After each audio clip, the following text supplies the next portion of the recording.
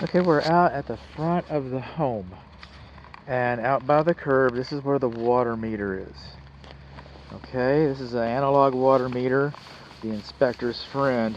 You see this silver sprocket right in here? That's very sensitive. If that's moving, then fresh potable water is moving into the house. And so we need to go find the leak. If you cannot find the leak, it's someplace that you cannot see. It could be a commode flapper, lawn sprinkler system, somebody washing their hands or doing their dishes, or it could be a for real type leak. This arrow is pointing in towards the house. This valve is open. This is not your valve. But it's the only main water shutoff valve I can find to the house. The water company doesn't want you using this valve. That's their valve. They want you to have your own valve. They want you to have your own valve. And we're just not seeing it.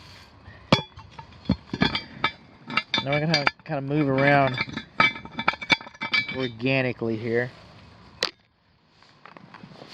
This is the lawn sprinkler check valve. Alright, and that's a big old ant bed. And when I opened that thing up, man, they were just going everywhere. Now, the way ants work, okay, the way they're programmed, if you disturb their nest like I just did, then, you know, survival, it's how they evolved for millions of years, long before we got here and long after we leave. The ants will continue on this planet. And when their nest gets disturbed, they go out and create 3 satellite nests. So I just increased this ant nest population by opening this. So don't go around disturbing the ant. Just treat them with a granular ant bait system. So, you know, you can buy some at a box store. You know, as long as you identify the type of ants and, you know, you put the right treatment down and do not disturb them. And after it's dead, after about 14 days, come out here and dig it out, because we do not have enough service access underneath the check valve.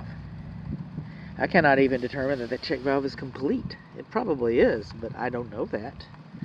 Now, when this home was built, just the check valve for the lawn sprinkler system was all that was required.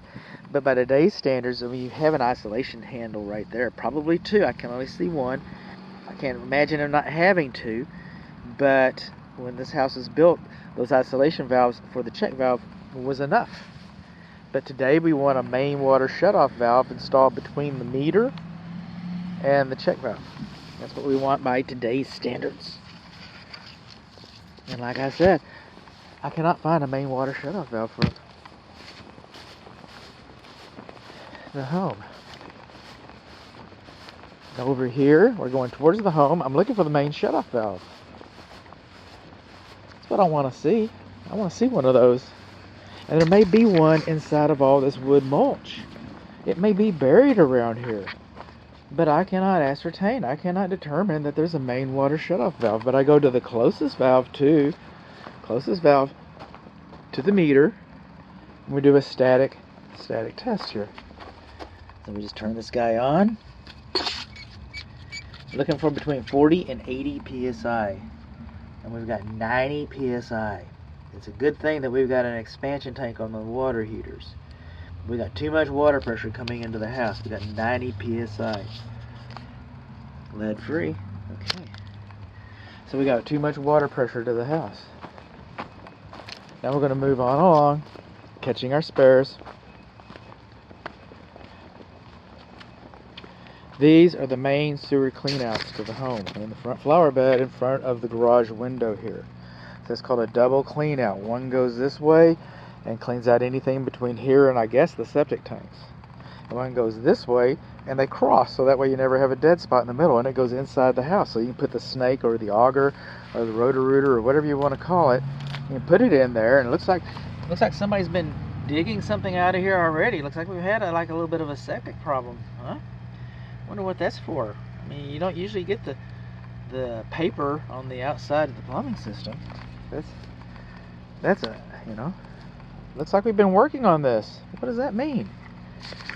Now, apparently this is not on the city septic, or this is an ejector pump, but I really think this is an aerobic, and I don't know. This is beyond what I do, okay? I do not do septic systems. I do not do private septic systems. I do not inspect those. You know, so I'm not going to pretend. But over here we've got, you know, our what do? Pump test. Huh? Alright. Well, that comes on. Alright. Do it again. Okay, so at least the light comes on. That usually is not an ejector pump. You know, by my uneducated guesstimations, this is an aerobic septic system. But when I see the 4 pipes out there, then I'm used to seeing that being a conventional. It may be a hybrid, because it looks like it'd be 4 septic tanks installed in the yard right there. Then we come along here, it says White Eagle Water Systems, and then they got all these, you know, and I'm not seeing where this thing has been maintained or serviced. So we want that. We want some maintenance. We want some service. And these things are usually loose, and I can pull them off, and that's not loose right there. So just kind of take a look at it. Might do it later after I get I'm coming on along. You know what else I'm not seeing? Because I'm going back to the check valve for the lawn sprinkler system. But I'm not seeing a weather sensor for the lawn sprinkler system. I'm not. That was kind of interesting. We got some. Okay, this is landscaping lights, again, beyond the scope of what I do. We're coming on along here. Look here. We got our zones labeled. Isn't that great? We got the control manual. Isn't that great? Okay, so we'll be able to run this a little bit. We'll be able to run this a little bit. That'll be nice. So we'll find out what's going on. But in the meantime, we do not have a main water shutoff valve for the lawn sprinkler system. We do not have a weather sensor for the lawn sprinkler system. We don't know what's going on with the sewer system, except that there's a lot of paper in the yard right there. We learned that we've got more than 90 psi. I'm working my way back because I want to get a still image of this, because you're supposed to wait a few minutes. I was stalling, actually. I don't have a main water shutoff valve for the water system. The meter is out there, and it looks like it's easy, pretty easy, relatively easy to turn off the water of the house out there. But you should be able to just grab a valve in the garage or in the yard and turn it off in case of an emergency. I just can't, you know, you got a handy-capable person, you got an adolescent that's at home alone. There's many reasons why, and you know, if you got a water problem, that's a lot of issues right there. So there are many reasons why you'd want a main water shutoff valve to be a lot more convenient than out there. So where are we at still? We still at 90 psi? We sure are.